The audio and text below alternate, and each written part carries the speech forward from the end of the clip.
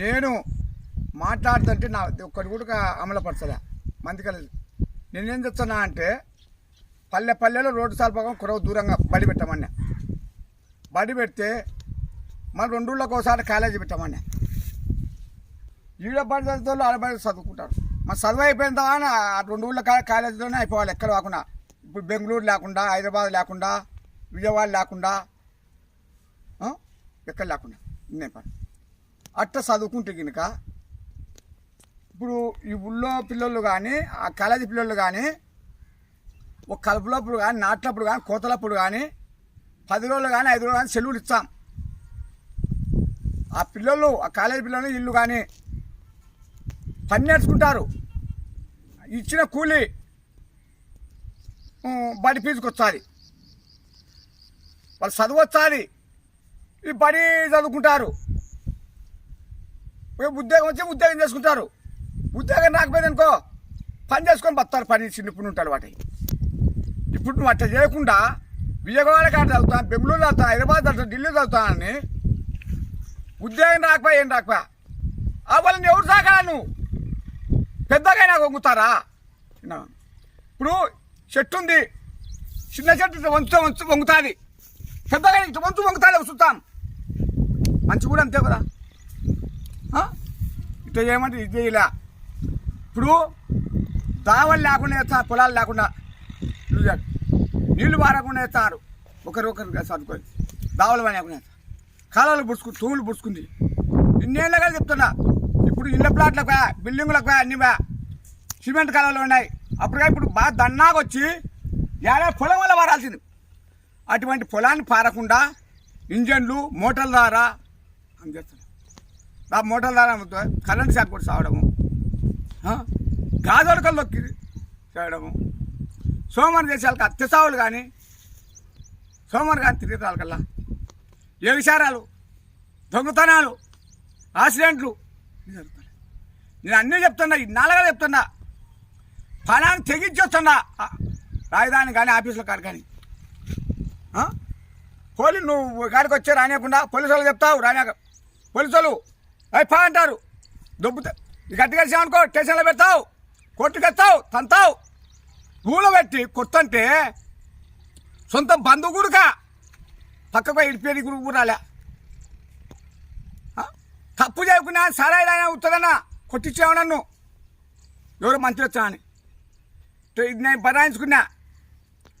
మంచోనే బాగా చూస్తున్నావు, మంచోనే కొడుతున్నావు, మంచోనే చేస్తున్నావు. షెడ్యూల్ని బాగా పైకి ఎక్కిస్తున్నావు, బాగా కుర్చీలో కూర్చోబెట్టిస్తావు. ఇప్పుడు ఆటోళ్ళకు 15,000 అంటే ఇప్పుడు మీకు చేస్తాం, వాళ్ళు 30,000 అంటున్నారు. యాదెచ్చి ఇస్తాను. ఉచితం బస్సులు పెట్టి పింఛన్లు పంచుతుంది, ఇవన్నీ తెచ్చివి. పొలాన్ని భంగం తెచ్చివి, నీరులో భంగం తెచ్చివి. వానలు ఒక పొలొచ్చా పశువులకు మేపు లేకుండా వచ్చి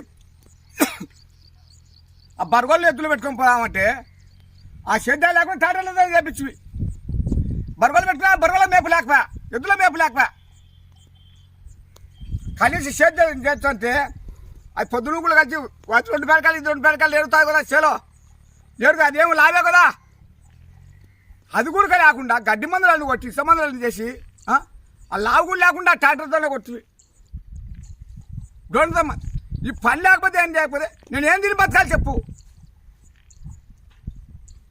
నాతో మొగం దుడుచుకుంటాం, నీళ్ళతో మొగం దుడుచుకునేలా నీళ్ళతో ట్యాక్స్ రూపంగా కొట్టావు. చిన్న ఐటమ్ ఈనప్పుడు లేదు, ఈనప్పులకు ఉడికే ట్యాక్స్ రూపంగా తీసుకుంటాను. అది కొట్టేప్పుడు నాకు చెయ్యాలా లేదా? నా మాట కూడా ఒకరోజు మీరు ఇన్నాళ్ళు నెల పంచాయతీ పెడుతున్నదే, 5 ఏళ్ళ వరకు చేసుకున్నాను, మీటింగ్లు పెట్టున్నాను. నాది ఒకరోజు 2 గంటల 3 గంటల పో యూట్యూబ్లో పెట్టాను, చూడాలి కదా. నువ్వు చూడమని చెప్పినా కదా, చూసి చెప్పు నాకేం సంగతి. మంచిదైతే చెయ్యి, లేకపోతే నా యావస్ చేయమన్నా. నువ్వు అది చెప్పకుండా ఇది చెప్పకుండా నన్ను సాగకుండా బతకకుండా వానలలో వస్తుండా, ఎండలో అనుకుంటుండా అన్నీ అయితే నాకు చేతి సాయం చేయలే. నేను రేపు సోమవారం ఖచ్చితంగా వస్తా అమరావతికి. కరకట్ట కాడ ఇంటికాడ కానీ అక్కడ రాజధాని కాడ నాకు ఏదో ఒకటి సమాధానం చెప్పు.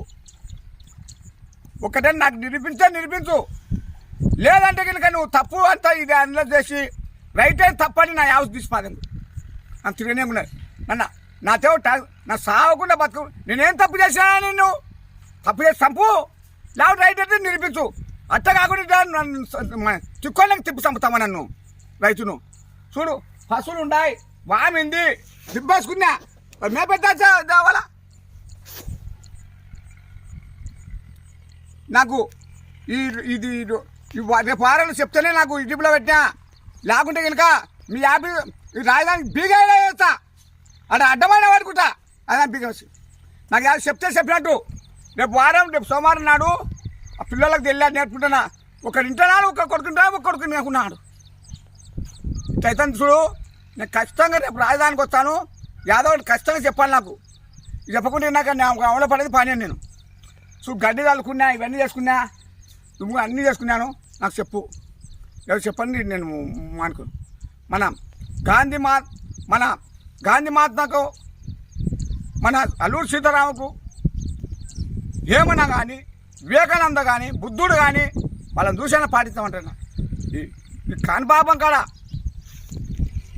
ఆడ కాణిపాపం మునిగినా ఆ భగవంతుడు నాకు ఈ విద్య ఇచ్చినాడు నేను ఇంతకు మారని చెప్తున్నా మనకు మన భారతదేశానికి మాట ఇచ్చిన మాట తప్పకుండా నేను ఉంటా న్యాయానికి మటుకు న్యాయానికి కానీ ధర్మానికి కానీ సత్యానికి కానీ ముందుకు వస్తా అన్యాయానికి కూడా ఇటు ఎన్నికి పోతా న్యాయానికి సత్యానికి అన్నీ ముందుకు వచ్చి చెప్తా నా యావసేని ఇచ్చగా నేను ఈ మానక నేను యావ చెప్పాలి ఇప్పుడు ఖచ్చితంగా అంతే మన స్వతంత్ర దేశం అందరం కాపాడుకున్నాం వందే మాతరం.